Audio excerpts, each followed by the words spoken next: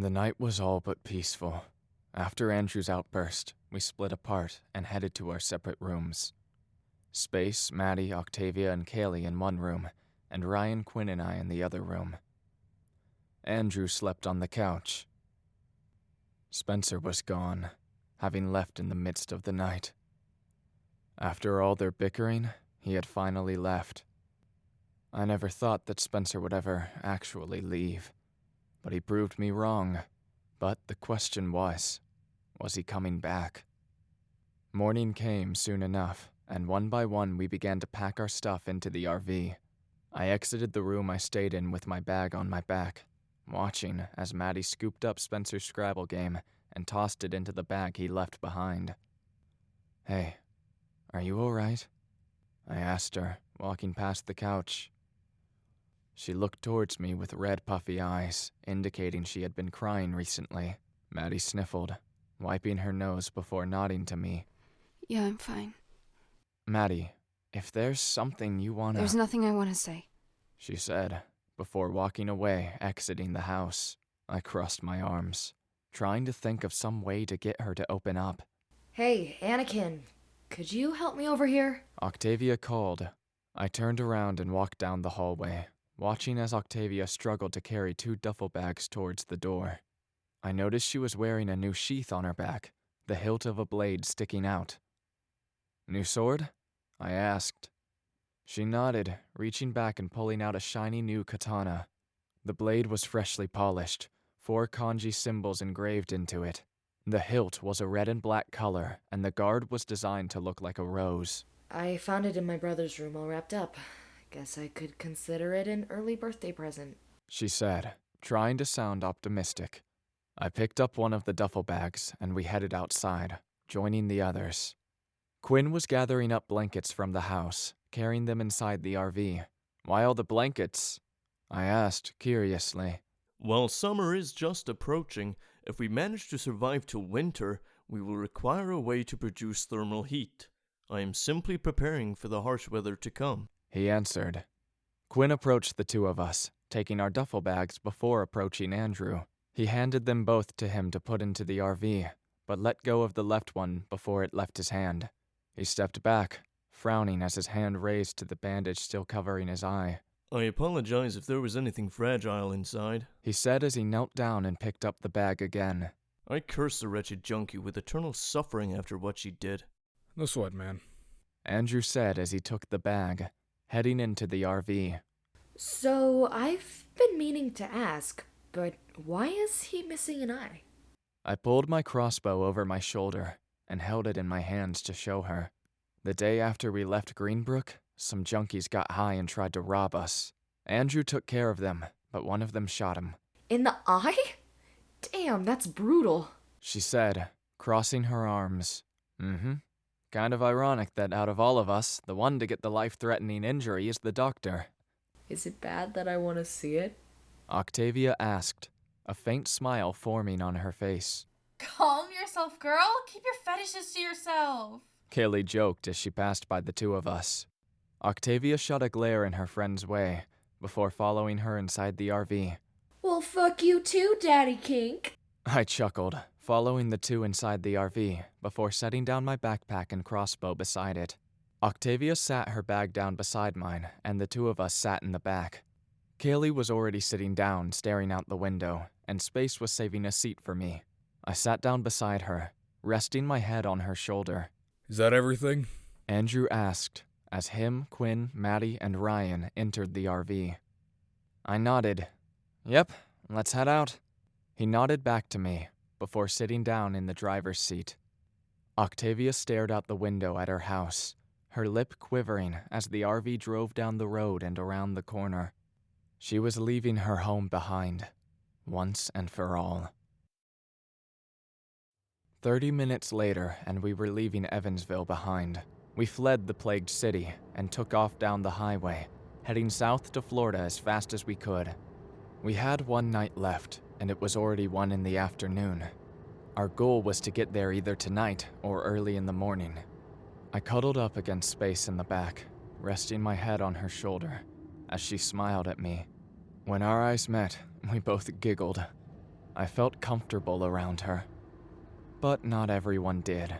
From the front, we heard a disgusted scoff from Quinn, who was looking up in the rear-view window. You have a problem with us? Space asked, in an unusual sassy tone of voice. I do not have a problem with your relationship, as it does not affect me in any sort. I do have some concern on the instance in which it was conceived, as I believe it could lead to troubles down the line that I pray the two of you do not have to deal with, for my sake and for yours. He answered in his long, drawn-out way. And why is that? Well, your entire relationship is based on the circumstances we are currently suffering from. It is only because of the life-threatening situations we get into every day that you have chosen to cope by entering a relationship with each other. If the world had not abruptly gone to shit, the two of you would most likely be in a budding platonic friendship. I took a second to think, reflecting on what he had said. My feelings towards her had indeed started to originate towards the beginning of our journey, but that's not to say I hadn't had feelings for her beforehand. When we first met, I did think she was kind of cute. But the question was, when did Space start liking me? Was it indeed the trauma of the city that brought this on? Or was it genuine? Don't question their relationship. Kaylee defended. Besides, 3PO, I don't see you with anyone. Don't question another person's feelings unless you have feelings for someone of your own. I do not and have never harbored romantic feelings for another being other than me, myself, and I. I find the whole aspect of relationships for companionship and sexual release to be pointless, to me at least. I am only concerned that the circumstances behind your relationship could lead to an awkward realization and breakup in the future that could further divide this group. He said to us, "You're wrong," I told him. "It's not the danger that's caused me to fall in love with her. It's the danger that's caused me to realize I already have." That may indeed be true. He admitted. I apologize for what I said. I was only hoping we did not end up with another situation like what happened last night. As much as Spencer annoyed me, I do miss him greatly. I frowned, looking towards the empty seat beside Maddie, who was currently reading manga. Normally Spencer would be there, playing his game buddy or cuddling with her. But now, he was gone. I tried to put the thought of his loss out of mind, so I turned around and glanced out the window. We were going down a lone road that lacked cars, people, or just any life in general. Not even the tweets of a bird of a human came on. This isn't a back road. Where are the other cars? I asked, curiously. Maybe everyone's already dead. Andrew suggested. Or is it possible the road has been cordoned off due to Evansville being declared an unsafe zone? Open your radio and check with the police frequencies. Space suggested. Quinn sighed, reaching down and picking up his phone off the floor. He opened up his radio application, and seconds later, we were met with the crackling voice of a police officer from a nearby county. All active forces, submerge on highway I-165. Targets inbound, traveling in a white RV. Quinn and I looked up at each other, our eyes widened. I reached for my Colt, but before I could even grip the weapon, the back window shattered. This is the Masonville Police Force. Stop your vehicle or we will be forced to shoot. Says the one who already shot. Andrew retorted. A large group of police cars were right on our tail, the lights flashing and sirens blaring. The RV wasn't fast enough to outrun them, and we didn't have enough people to hold them off like last time. Octavia and Kaylee didn't know how to shoot, and both Hunter and Spencer were gone now. Space, take over driving. Octavia, Kaylee, Maddie, Axel, and Julia, drop to the ground, cover your heads, and stay out of sight, I shouted. Space rushed to the front, swapping seats with Andrew, who slid across the ground and grabbed his Desert Eagle off the floor. The two of us peeked through the window, firing rapidly at the approaching police cars. The headlights on one shattered, Andrew tearing through the windshield with his gun.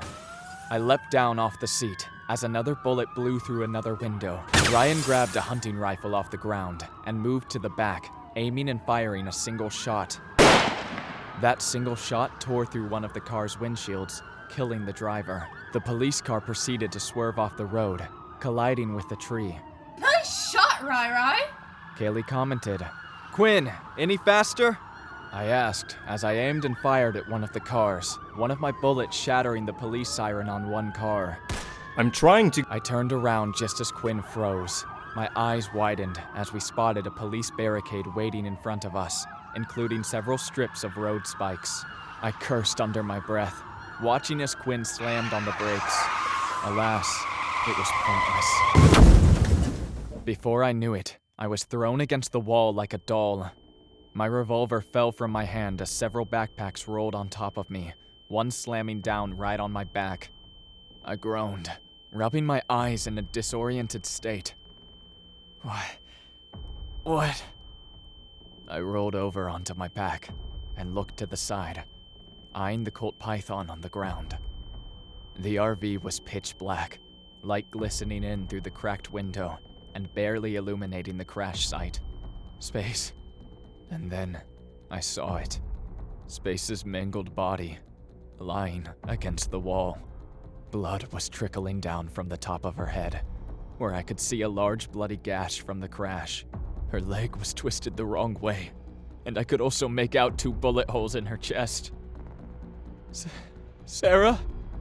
Something thumped inside the RV, and I looked around for the source. Someone was coming. Slowly, I managed to crawl towards my gun, but before I could get a grip on the weapon, a hand grabbed my arm. Suddenly, I felt myself pulled from reality, and when I opened my eyes, I was lying in the street, and my hands were cuffed. 14 police cars were surrounding the RV, and the others were beside me. We were all lined up, and not looking so good. Quinn had a black eye, and Kaylee had a gash on her arm, but otherwise we weren't as bandaged up as I thought we'd be. Or at least, that's what I saw until my vision began to clear up. I shook my head, blinking several times before eyeing the lineup again. Andrew was at the end of the line, a shard of glass penetrating his abdomen. He was breathing heavily, trying to fight through the pain. "You guys okay?" Ow. Oh, this stings. Annie? I looked over to Space to see another large cut across her leg. It wasn't a bullet graze, but some kind of cut, probably from broken glass or sharp metal from the RV crash. By examining the wound on her leg, I deduce she needs the wound cleaned and disinfected before she gets sick. The cops came over to us, and I watched as a gun was put to the back of our heads. The 8 of you are under arrest for treason and conspiracy to terrorism. Don't resist or we will not hesitate to execute you. One of them told us. Fuck off, Yelled Andrew. The cop smashed the barrel of the gun against his head, and he coughed up some more blood onto the pavement. Hey, look what we have here, Rob. Is that him? One cop asked his buddy, as he eyed Quinn. The kid? Yeah, that has to be him. His friend answered. What are you two conversing about in secret? He asked the two. Neither of them gave an answer. One simply slammed his hand on the hood of the car, ordering the others. Strap them in and search the RV. Confiscate any illegal firearms, narcotics, or any other contraband. One by one, the officers approached the RV, storming into the crashed vehicle. With the combined powers of the spikes and the cop cars, the RV had gotten flipped over and landed on its side, the windows either smashed or cracked to the point of no return. I looked around for a way out, observing each of the officers and their movements. 9 cars and 12 officers, each brandishing a firearm of sorts. Even if one of us managed to attack one of the cops and get his gun, we wouldn't be fast enough to even get one round off before the others would take us down. We couldn't break out of our handcuffs either. The tight metal restraints digging into my wrist. They knew we were a threat. Even if we did have a plan, the others were in pretty bad shape. Andrew was still recovering from his stab wound from the other day, plus the wound from the crash just now. Space was injured as well, and I was still dealing with the gunshot wound from the shootout in Detroit. This meant that Ryan would have to lead the gunfight. And no offense, but without help from me and Andrew, he wouldn't stand much of a chance. Anakin, what are we gonna do? Whispered a voice. I looked to my side, eyeing Axel, who was trying to hold back tears as he attempted and failed to slip through his restraints. I sighed, realizing the situation we were in was inescapable. I don't know, buddy. Just hold on. One of the cops then knelt down, holding a gun to the back of my head, and whispered in my ear. Struggle, and I'll blow your brains out onto the concrete faster than you can scream for help.